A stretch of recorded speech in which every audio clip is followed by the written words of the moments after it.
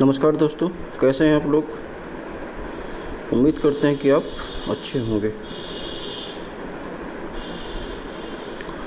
चलिए हम अपना फ़ोटो के साथ आपके सामने हाजिर हैं। दोस्तों, एक नया वैकेंसी निकला है। ये कृषि विज्ञान की तरफ से निकला है। आप देख सकते हैं अपने स्क्रीन पर, एग्रीकल्चरल साइंटिस्ट रिक्वायरमेंट बोर्ड। और ये जो वैकेंसी है वो 10 दिन पहले ही निकल चुका था। और मैं माफ़ी मांगना चाहूँगा आपसे, आपको मैंने इसके बारे में जानकारी नहीं दी। ये चलिए आगे देखते हैं वैकेंसी का डेट कब निकला। तो वो 23 तारीख को वैकेंसी निकला, 23 जुलाई 2021 को दिन 11 बजे। और इसका लास्ट डेट है जो है 23/8/2021 शाम 5 बजे तक, यानी कि 23 अगस्त तक आप इस फॉर्म को शाम 5 बजे तक आप सबमिट कर सकते हैं। और ये जो वैकेंसी है वो है administrative officer and finance and accounts officer का वैकेंसी है। और इसका ग्रेड पे है वो 5400 रुपये है। 15,000 से 600 से लेकर 39,100 रुपये। और नीचे चलिए इसका वैकेंसी देखते हैं। टोटल सीट कितना है दोनों पोस्ट में। Name of the post AO administrative officer में टोटल नंबर ऑफ वैकेंसी जो है वो है 44, अनरिजर्व के लिए 17, ईडब्ल्यूएस के लिए 4, एससी के लिए 7, एसटी के लिए 2, ओबीसी के लिए 14। इसी तरीके से फाइनेंस एंड अकाउंट्स ऑफिसर का देखिए, नंबर ऑफ वैकेंसी जो है वो है 21, अनरिजर्व के लिए 13, ईडब्ल्यूएस के लिए 2, एससी के लिए 2, एसटी के लिए कुछ नहीं है, ओबीसी के लिए 4। नीचे चलते हैं। क्वालिफिकेशन देखिए, एजुकेशनल क्वालिफिकेशन क्या है। तो एडमिनिस्ट्रेटिव ऑफिसर के लिए मस्ट भी ग्रेजुएट होना चाहिए और 55% मार्क्स से कम नहीं होना चाहिए। ये दोनों का सेम है। और या तो फाइनेंस या अकाउंट्स ऑफिसर दोनों का मतलब क्वालिफिकेशन सेम ही रखा गया है। 55% मार्क्स आपका ग्रेजुएशन में मिनिमम होना चाहिए। डिजायरेबल क्वालिफिकेशन देख लीजिए क्या है। अगर आप फाइनेंस से अकाउंट से हैं तो अच्छी बात है, आपको इसके आपको प्रेफरेंस दिया जाएगा। और डिपार्टमेंटल कैंडिडेट्स के लिए कुछ अलग है। सेंटर देख लीजिए, सेंटर तो अपने स्टेट के हिसाब से। और इसका एज देख लीजिए 21 ईयर्स एज और मैक्सिमम 30 ईयर्स एज आपका होगा तो आप इस फॉर्म को अप्लाई करेंगे। फ़ी देख लीजिए क्या है। पहला देख लीजिए, एडमिनिस्ट्रेटिव ऑफिसर के लिए फ़ी जो है वो है अनरिजर्व ओबीसी ईडब्ल्यूएस कैंडिडेट के लिए 480 रुपये 480 रुपीज़ एग्जामिनेशन फ़ी और रजिस्ट्रेशन फ़ी 20 रुपीज़, टोटल 500 रुपीज़। इसी तरीके से वोमेन या शेड्यूल कास्ट या शेड्यूल ट्राइब से आप बिलोंग करते हैं तो आपको एग्जामिनेशन फ़ी नील है, लेकिन रजिस्ट्रेशन फ़ी 20 रुपीज़ आपको देना पड़ेगा। टोटल 20 रुपीज़ आपको लगेगा। अगर आप फाइनेंस एंड अकाउंट्स ऑफिसर के लिए अप्लाई करते हैं, अगर आप उसमें अनरिजर्व ओबीसी ईडब्ल्यूएस से बिलोंग करते हैं तो आपको एग्जामिनेशन फ़ी 480, रजिस्ट्रेशन फ़ी 20 और टोटल मिला के 500 रुपीज़ आपको पे करना पड़ेगा। अगर आप women schedule caste schedule tribe से बिलोंग करते हैं तो एग्जामिनेशन फ़ी आपका माफ़ है।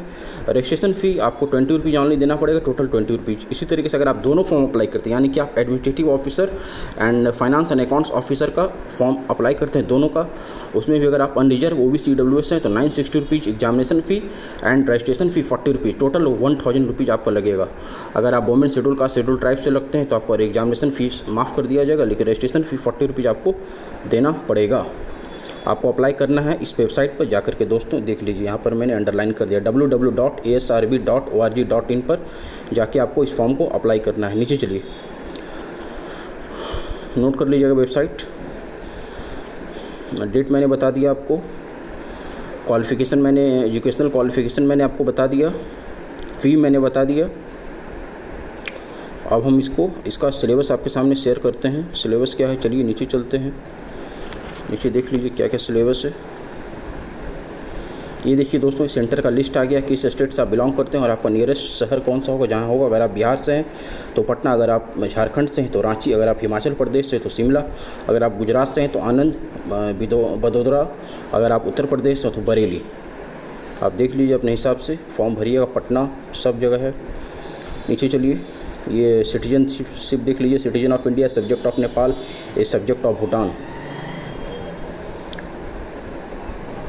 बस आप सिलेबस देखते हैं दोस्तों, सिलेबस क्या है एग्जामिनेशन का। तो चलिए एडमिनिस्ट्रेटिव ऑफिसर का सिलेबस देख लीजिए दोस्तों, आपके स्क्रीन पर आ गया है। 200 क्वेश्चन होगा और इसका जो समय मिलेगा वो 3 आवर। तो सेक्शन 1 में आपसे जनरल नॉलेज का क्वेश्चन पूछा जाएगा जो कि 50 क्वेश्चन होगा। जनरल इंटेलिजेंस का क्वेश्चन होगा जो कि 50 question. Arithmetical and numerical ability 50 question. Language comprehension 50 questions. इसके बाद इसमें क्वालिफाई करने के बाद आपको पेपर 2 डिस्क्रिप्टिव एग्जाम देना पड़ेगा। इस paper will be of 3 hours duration, 3 घंटे हर एक पेपर के लिए आपको मिलेगा। पेपर 1 का सिलेबस देखिए क्या है दोस्तों। General awareness of development and economic, social, scientific and cultural fields, history and geography of India. Geography यानी कि ज्योग्राफी आप समझते हैं, भूगोल से क्वेश्चन पूछा जाएगा।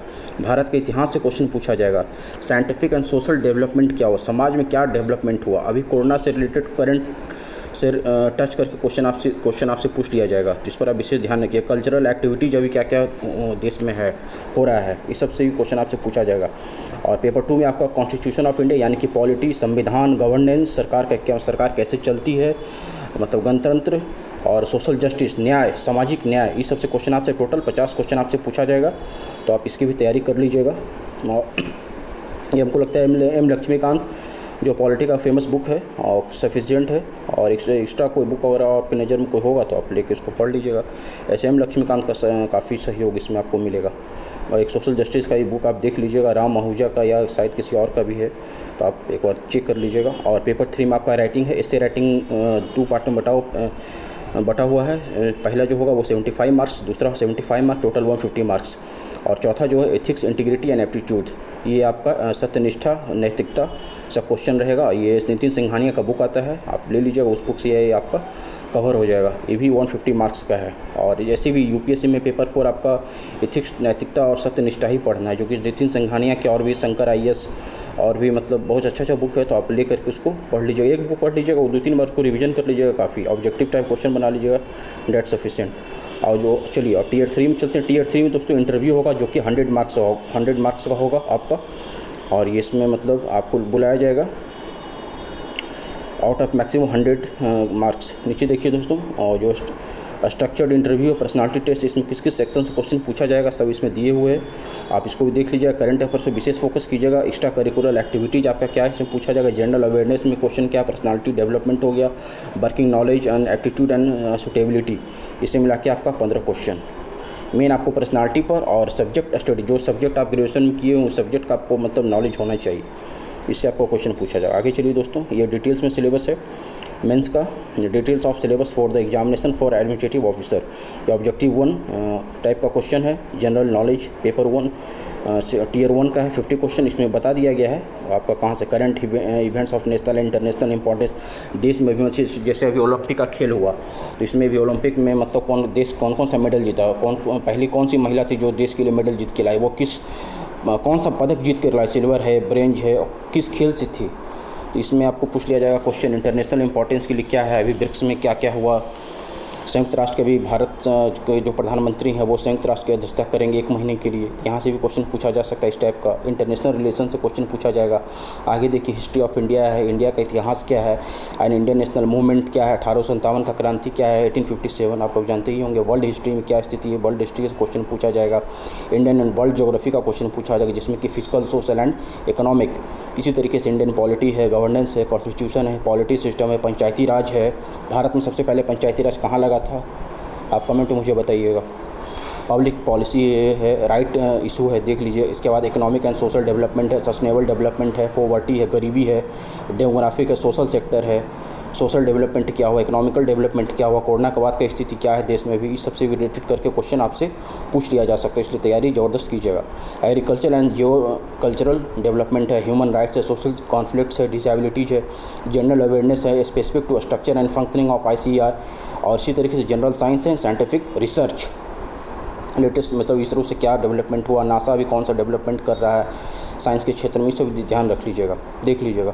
इसी तरीके से सेक्शन B है जिसमें कि general intelligence and reasoning ability, ये मैथ का है, रीजनिंग का है, decision making, general ability, problem solving. Decision making आपको मतलब किसी शहर के आप कुछ मतलब बड़े पद पर हैं और आपको मतलब आपके सामने दे दिया जाएगा प्रश्न, आप अपने पद का निर्वहन करते हुए उस समस्या को दूर कैसे करेंगे बिना किसी मतलब निजी लाभ के, किसी दूसरे को बिना लाभ पहुँचाए हुए, उसमें आपको डिसीजन मेकिंग लिया जाएगा। आपको मतलब ऐसा क्रिटिकल सिचुएशन में डाला जाएगा और आपको देखा जाएगा कि आप क्या डिसीजन ले सकते हैं उस पोस्ट पर अगर आपको बैठा देते हैं तो यहाँ से क्वेश्चन आपसे पूछा जाएगा। सेक्शन C में आपका अर्थमेटिकल है, न्यूमेरिकल एबिलिटी है, इसमें बेसिक न्यूमरेसी, SCF है, परसेंटेज है, एवरेज है, प्रॉफिट एंड लॉस है, डिस्काउंट है, LCM है, टाइम एंड वर्क है, मेंसुरेशन है, देख लीजिएगा, डेटा इंटरप्रिटेशन है।